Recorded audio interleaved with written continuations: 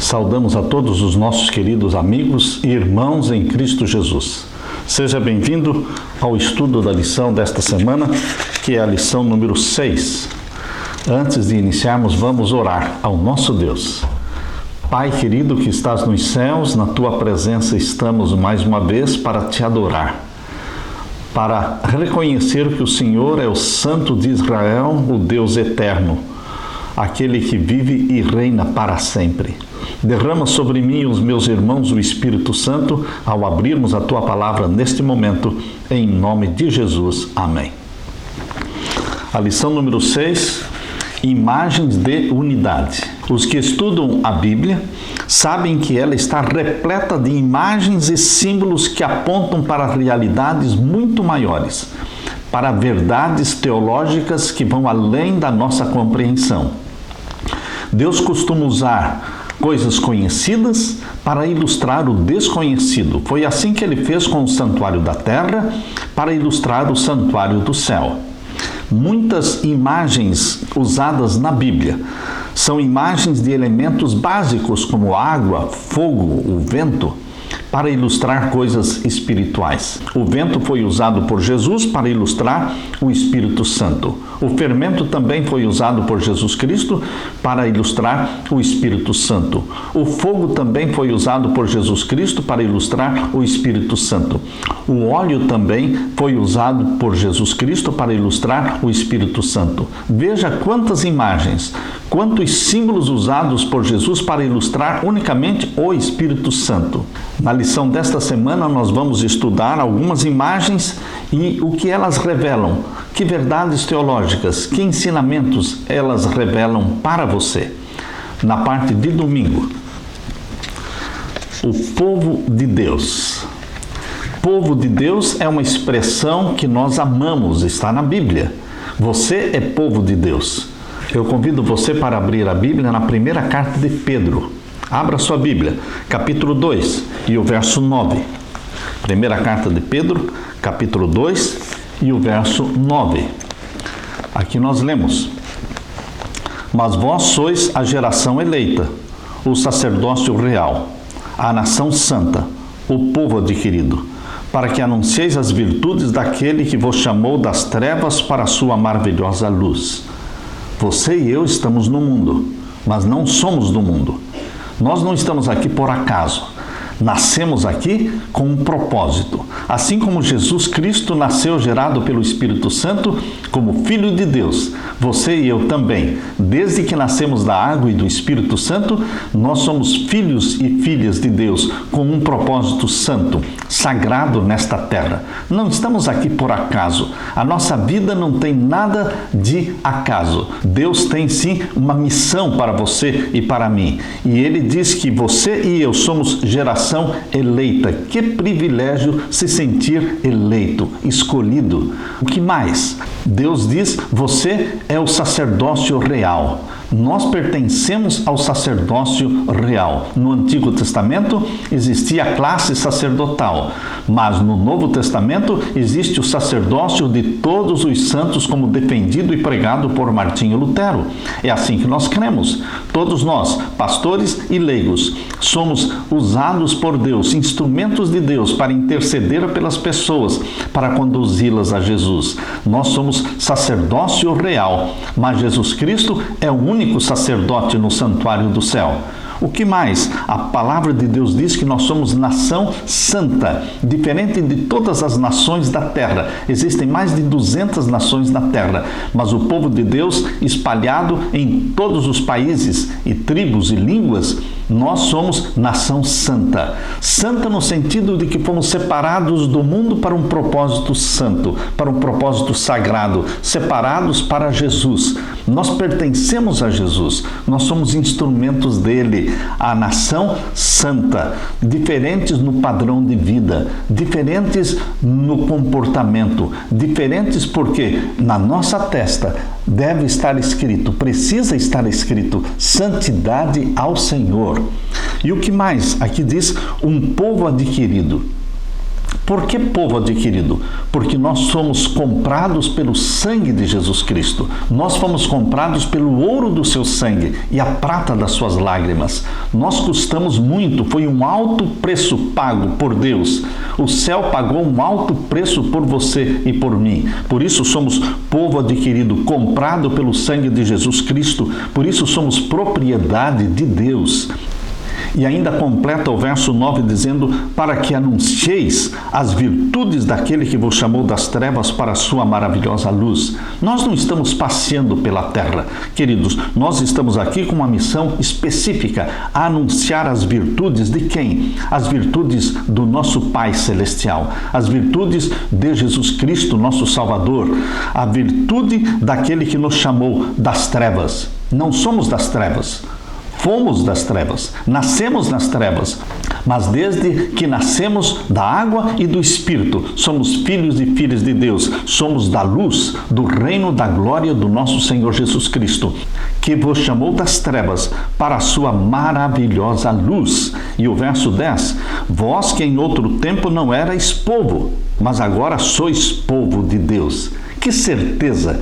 Isto levanta a nossa autoestima, porque você e eu somos povo de Deus, guiados pelo Espírito Santo, que não tínhamos alcançado misericórdia, mas agora alcançastes misericórdia. O Pai das misericórdias, este nos alcançou, nos perseguiu e nós nos rendemos a Jesus Cristo e fomos salvos por Ele.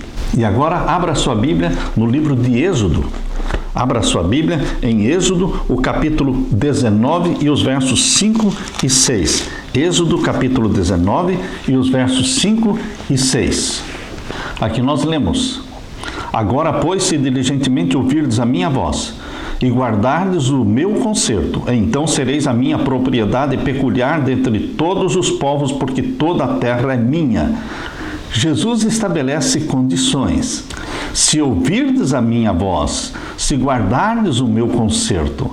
Jesus Cristo nos escolheu para ser povo, propriedade dele. Mas existem condições? Existem.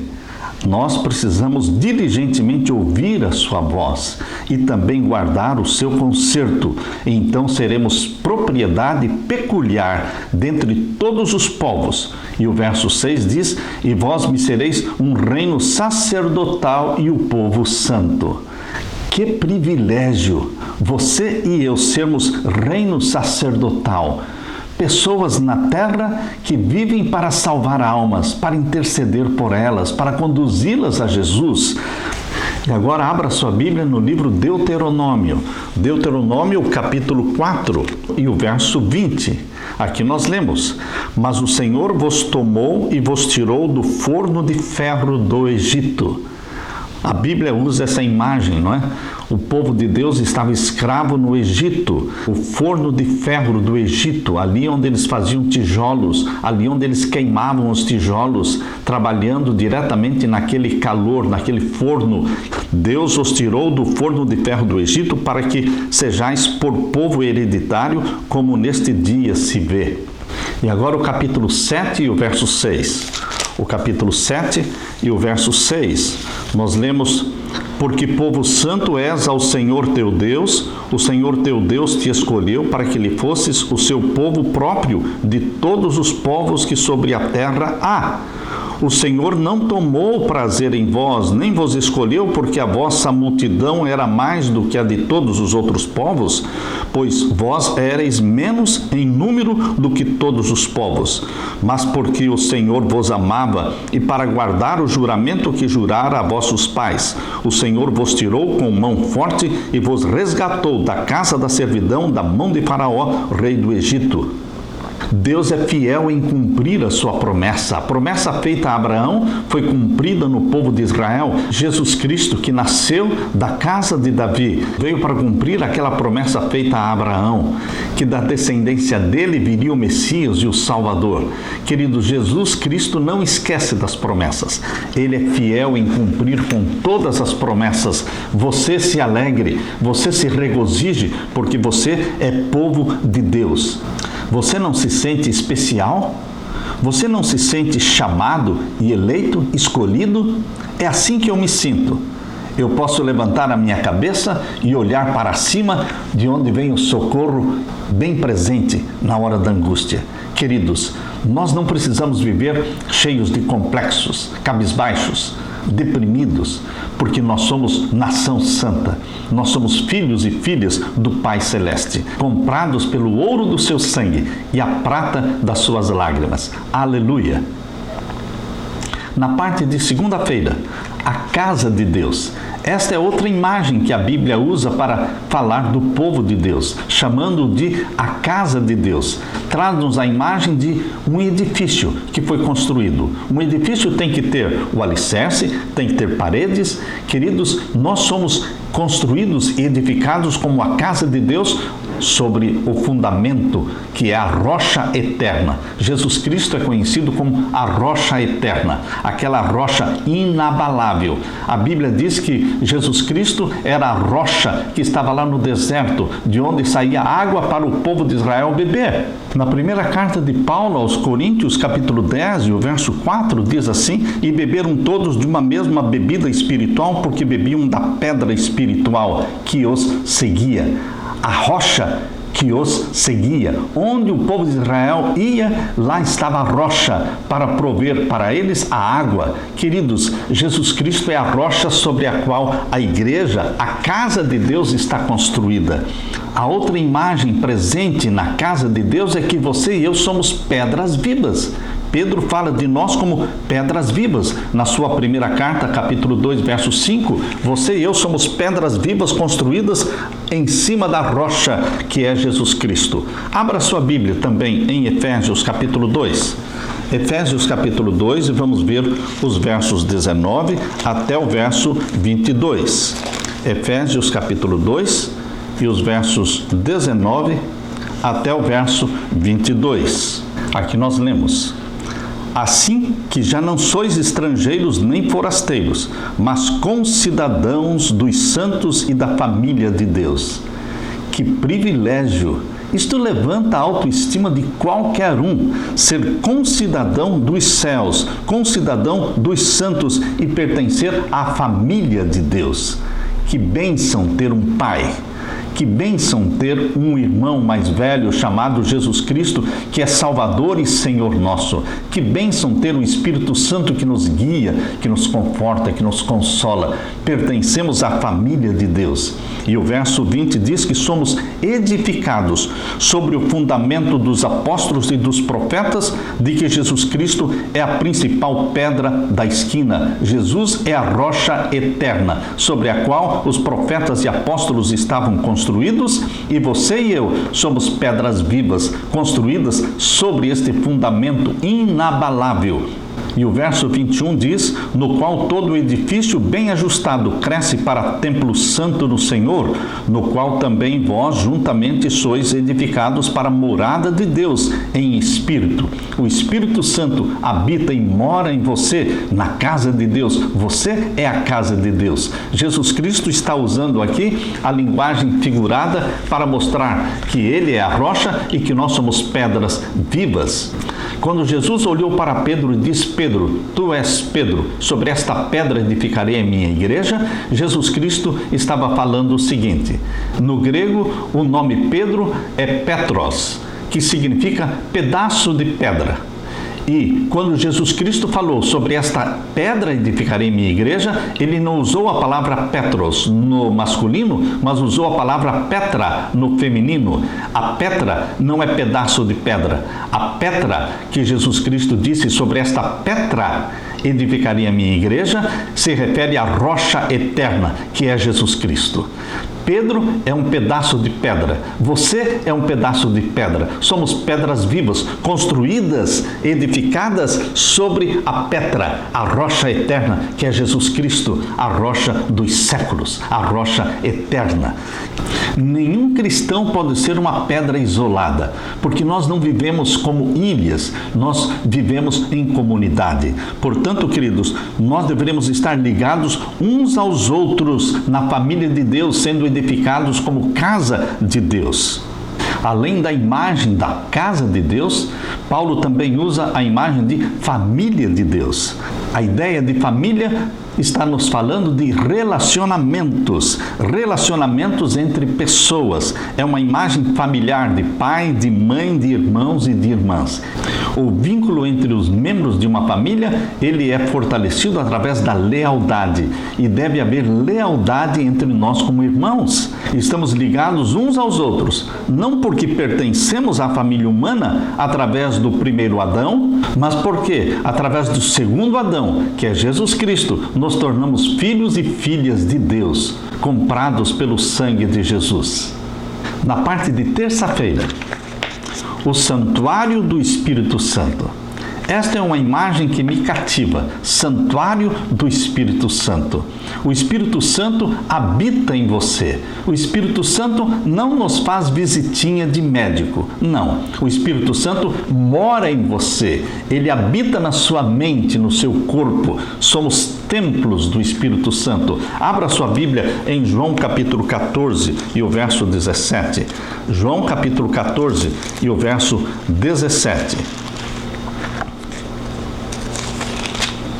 Aqui nós lemos: o Espírito da verdade, que o mundo não pode receber, porque não o vê nem o conhece.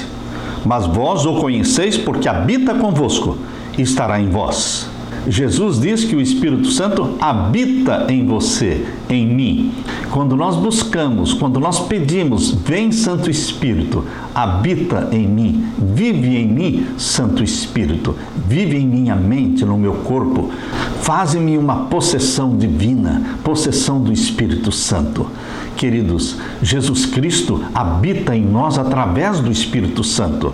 Por isso Jesus diz no verso 18, não vos deixarei órfãos, voltarei para vós. Jesus Cristo subiu ao céu, mas ele desceu até você através do Espírito Santo. O Espírito Santo é o representante de Jesus Cristo na terra, despojado da personalidade humana que Jesus tinha. O Espírito Santo é o representante legítimo de Jesus. Ele habita em você e ele faz-nos lembrar das coisas que Jesus nos ensinou. O Espírito Santo, conforme diz aqui no capítulo 14, verso 26, é o Consolador, que consola, que conforta. O Espírito Santo que o Pai enviará em meu nome, esse vos ensinará todas as coisas. É o Espírito Santo que nos ensina e ele vos fará lembrar de tudo quanto eu vos tenho dito. O Espírito Santo faz você lembrar das palavras de Jesus, dos ensinos de Jesus, e o Espírito Santo imprime em você a mente e o caráter de Jesus. Nós somos templo do Espírito Santo. Abra sua Bíblia agora na primeira carta de Paulo aos Coríntios, capítulo 6. A primeira carta de Paulo aos Coríntios, capítulo 6, e vamos ver agora o verso 19. Ou não sabeis que o vosso corpo é o templo do Espírito Santo, que habita em vós? Novamente, ele habita, ele mora em nós. Não é que quando você está orando, o Espírito Santo faz uma visita a você. Não é quando você vai à igreja que o Espírito Santo faz uma visita a você. Não, queridos. O Espírito Santo habita em nós 24 horas por dia, 7 dias na semana, o ano todo. Por quê? Nós somos propriedade de Jesus Cristo. O Espírito Santo mora em nós. Ou não sabeis que o vosso corpo é o templo do Espírito Santo, que habita em vós, proveniente de Deus, e que não sois de vós mesmos? Porque fostes comprados por bom preço. Glorificai, pois, a Deus no vosso corpo e no vosso espírito, os quais pertencem a Deus. Você e eu somos propriedade divina. Nosso corpo, nossa mente, nossa boca, nossa voz, nossa inteligência, nossas habilidades e talentos, tudo pertence a Deus. E agora leia também o capítulo 3 e os versos 16 e 17. Da primeira carta de Paulo aos Coríntios, capítulo 3 e os versos 16 e 17. Não sabeis vós que sois o templo de Deus e que o Espírito de Deus habita em vós? Novamente Paulo está falando, usando a mesma imagem. A morada de Deus, o santuário de Deus, o templo de Deus. E o verso 17, se alguém destruir o templo de Deus, Deus o destruirá. Porque o templo de Deus, que sois vós, é santo. Nós não podemos destruir a nossa mente, não podemos destruir o nosso corpo pela intemperança, pelo cigarro, pelas bebidas alcoólicas, pelo uso das drogas, pela intemperança no comer e no beber, pela intemperança do trabalhar demasiadamente, pela intemperança de não dormir o suficiente. Nós não podemos destruir o nosso corpo, queridos, porque é templo de Deus, propriedade de Deus. Se nós destruirmos este corpo, que é de Deus, é santo, é morada de Deus, a Bíblia diz, Deus nos destruirá também. Queridos, nós deveremos implantar na nossa vida a reforma da saúde. E a reforma da saúde nos levará ao reavivamento. E o reavivamento nos levará à reforma da saúde. A reforma e o reavivamento andam juntos. São inseparáveis. Queridos, se somos casa de Deus, se somos povo de Deus, se somos santuário do Espírito Santo, então não deve haver entre nós divisões. Há inveja e divisão entre vocês, primeira carta de Paulo aos Coríntios, capítulo 3 e o verso 3. Essas atitudes de invejas, de contendas, este tipo de comportamento são ameaças reais à unidade dos cristãos e fazem com que a presença de Deus seja retirada do seu santuário. Em outras palavras, os conflitos na igreja podem destruir o santuário de Deus. Deus, deseja que os membros eliminem as atitudes e comportamentos que ameaçam esta unidade. Quando surgem conflitos entre nós, o conselho de Paulo ainda pode ser aplicado. Ele diz: rogo-vos, pois, irmãos, pelo nome de nosso Senhor Jesus Cristo, que faleis todos a mesma coisa e que não haja entre vós divisões. Antes, sejais inteiramente unidos na mesma disposição mental e no mesmo parecer. Primeira carta de Paulo aos Coríntios, capítulo 1 e o verso 10. Regozije-se, meu irmão, com o pensamento, a certeza de que você e eu somos templos do Espírito Santo, santuários de Deus. O Espírito Santo habita em nós. Aleluia! Na parte de quarta-feira, o corpo de Cristo. Mais uma imagem usada pela palavra de Deus para falar da unidade do povo de Deus. O corpo humano traz à nossa mente a ideia de unidade na diversidade, porque em nosso corpo nós temos membros diferentes: mãos, pés, ouvido, nariz, boca, olhos. Todos os membros do corpo são diferentes, porém todos trabalham em unidade. Queridos, por isso Paulo usa esta imagem, o corpo de Cristo, talvez a imagem mais conhecida da igreja e que mais enfatize a unidade das suas partes, seja o corpo.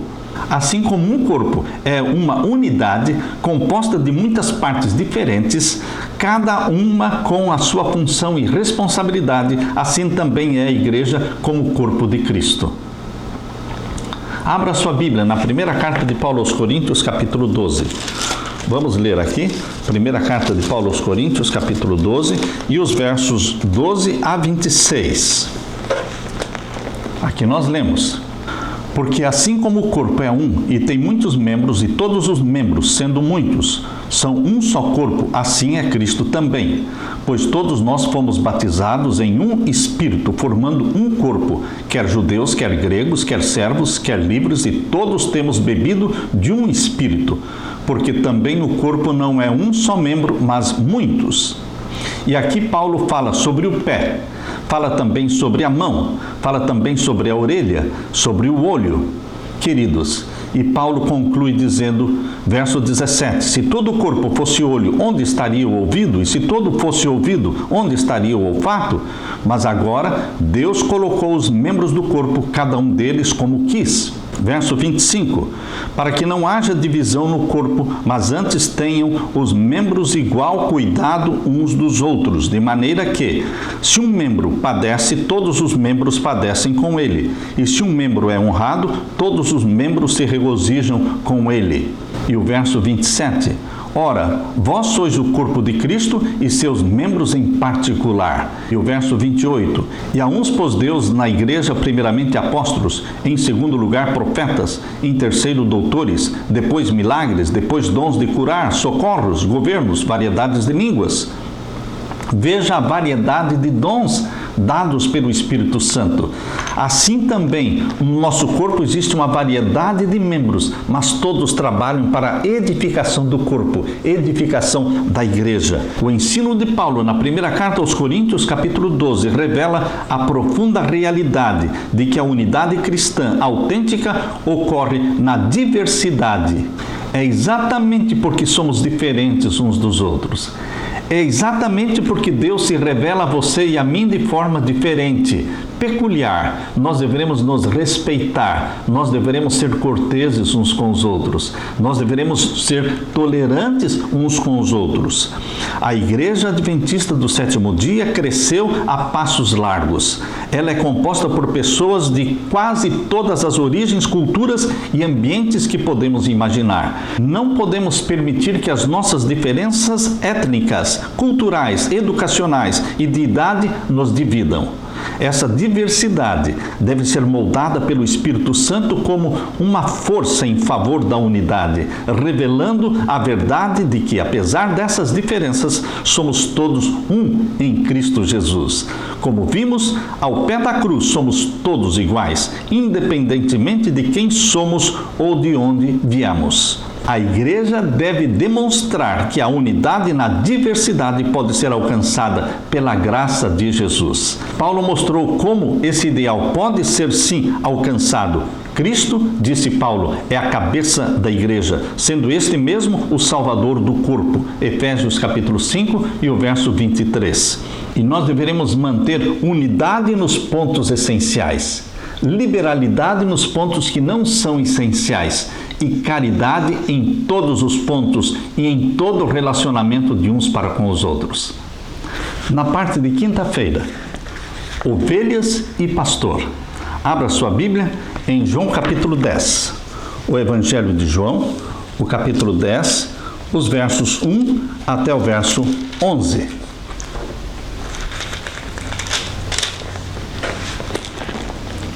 Aqui nós lemos: na verdade vos digo que aquele que não entra pela porta no curral das ovelhas, mas sobe por outra parte é ladrão e salteador. Aquele, porém, que entra pela porta é o pastor das ovelhas. A este o porteiro abre, e as ovelhas ouvem a sua voz, e chama pelo nome as suas ovelhas e as traz para fora. E quando tira para fora as suas ovelhas, vai adiante delas, e as ovelhas o seguem porque conhecem a sua voz.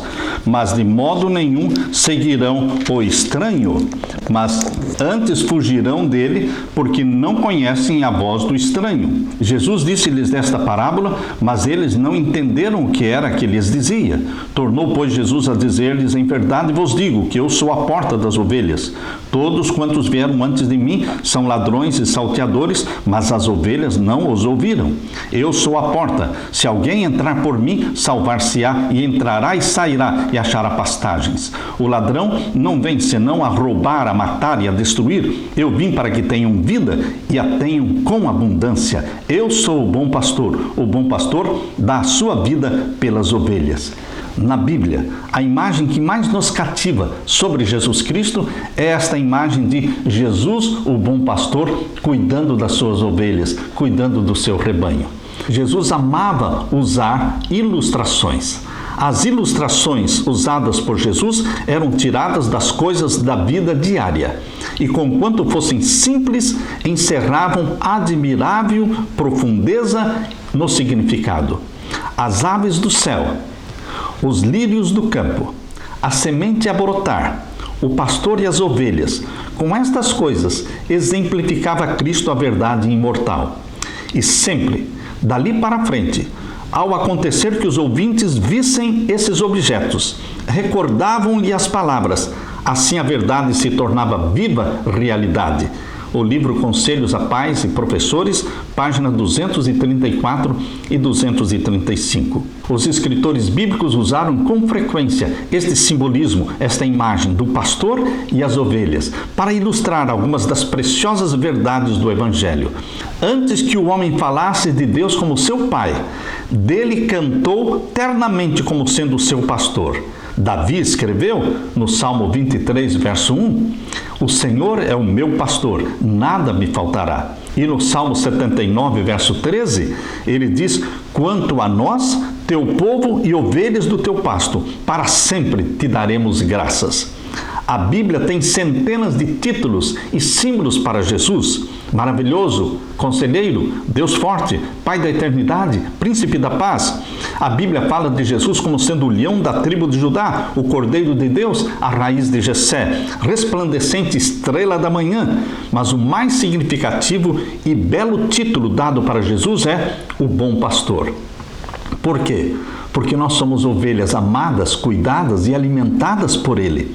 Em Ezequiel capítulo 34, verso 31, diz: vós, pois, ó ovelhas minhas, ovelhas do meu pasto, homens sois, mas eu sou o vosso Deus, diz o Senhor Jeová. Hebreus capítulo 13, verso 20, aqui Jesus é descrito como o grande pastor das ovelhas.